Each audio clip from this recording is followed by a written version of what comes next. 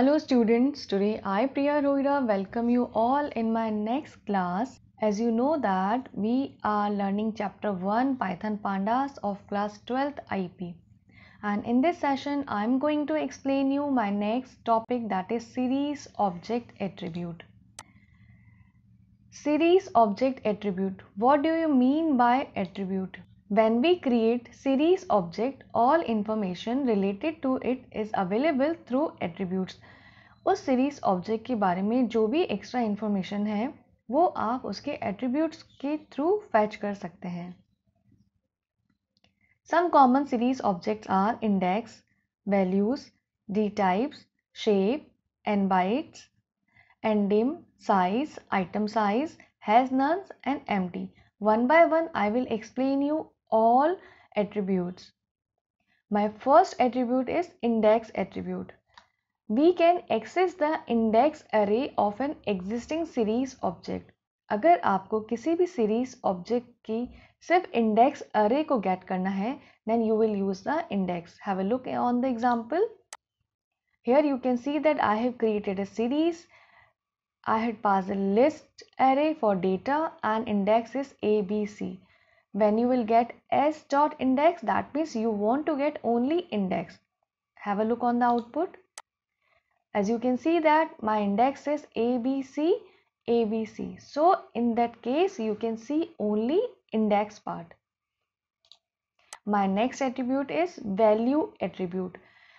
If you want to get only value array of an existing series object, have a look on the example. Here my values are 1, 45, 67. So have a look on the output. Array 1, 45, 67. That means value attribute fetch the values of an series object and index attribute fetch the index of an series object. D-type attribute. If you want to access the data type of an individual item of an existing series object, अगर आपको series के list item का data type get करना है, you will use D-type. See, here I had used s.D-type. So you can see that in output int 64, 1, 45, 67 इनका जो data type है that is int 64. Item size attribute. To know the number of byte allocated to each data item. अगर आपको जानना है कि आपके series के डेटा आइटम को कितना स्पेस, कितने बाइट अलोकेट किया गया है, तो आप आइटम साइज एट्रीब्यूट के थ्रू फैच कर सकते हैं. Have a look. Here 1, 45, 67, 8. Output is 8. That means आपका हर एलिमेंट 8 बाइट को ऑक्यूपाई कर रहा है.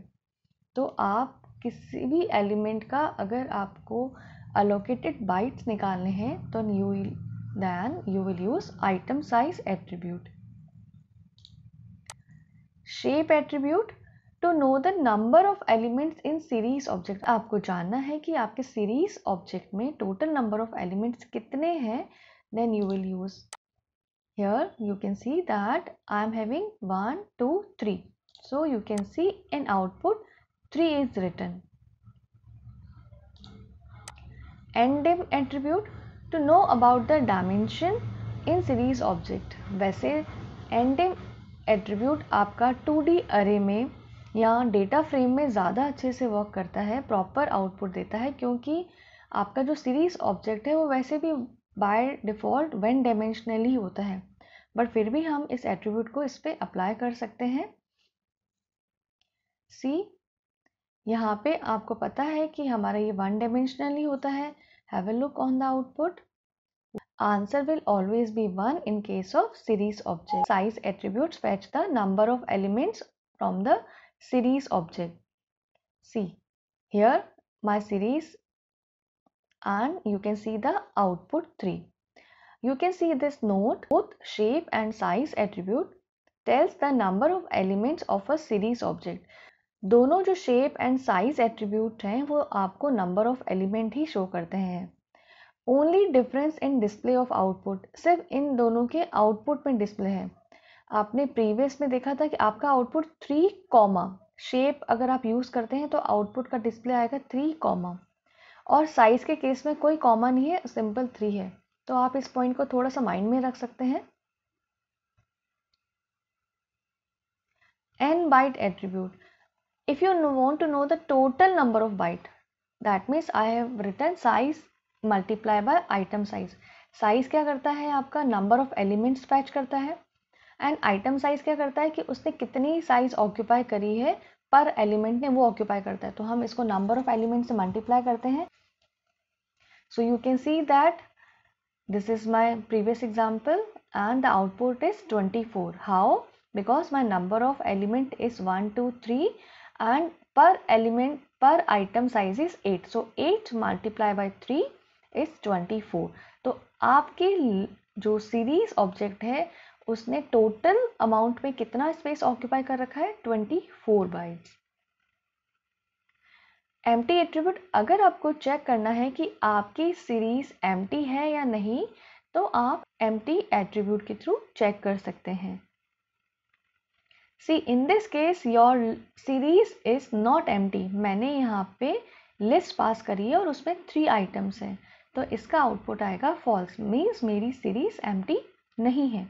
Another example, you can see this time in list I have written nothing. मैंने यहाँ पे कोई एलिमेंट्स नहीं लिखे हैं और मैंने इस लिस्ट को यहाँ पास किया है। Have a look on the output, इसका आउटपुट ट्रू है। अगर आप s.empty चेक करते हैं तो मीन्स आपकी जो लिस्ट है वो खाली है, एम्प्टी है, इसलिए इसका आंसर ट्रू में आया है। Has none's attribute. If you want to check that if your series contains none value or not, then you will use has none attribute. See in this example, यहाँ मैंने कोई भी none value नहीं ली है तो इसका आउटपुट false में आएगा, और यहाँ मैंने एक none value ली है तो इसका आउटपुट ट्रू में आएगा। ये शो करता है कि आपकी जो सीरीज है उसमें कोई नन वैल्यू है या नहीं। len attribute, through len attribute you can get the number of elements of a series object. Len attribute counts all elements, that means it counts none values also. For example, here you can see that 1 2 3 three elements are there, whether one element is none value, but output will be 3. Shape, size and len attribute shows the total number of elements of series object. आप confuse नहीं होना, ये तीनों जो attribute हैं वो आपके number of elements ही फैच करते हैं एक सीरीज ऑब्जेक्ट से। Count attribute, to check total number of non values count attribute is used. Count attribute don't count none values. आपका जो count attribute है अगर आप उसको यूज करते हैं तो वो आपकी सीरीज से नन वैल्यू को काउंट नहीं करेगा, जबकि जो len attribute है वो आपकी सीरीज से सारे एलिमेंट्स काउंट करता है, चाहे वो नन हो चाहे वो नॉन नन हो। Have a look, as you can see that my 2 elements are like that and 1 is none, तो your output will be 2। और len के केस में आपका आउटपुट क्या आ रहा था, 3, क्योंकि वो नन वैल्यू को भी काउंट करता है। ये एक डिफरेंस हो सकता है काउंट और len के बीच में। Thanks for watching everyone, like share and subscribe my channel, and if you are having any query so you can mention in comment box. Thank you once again all students.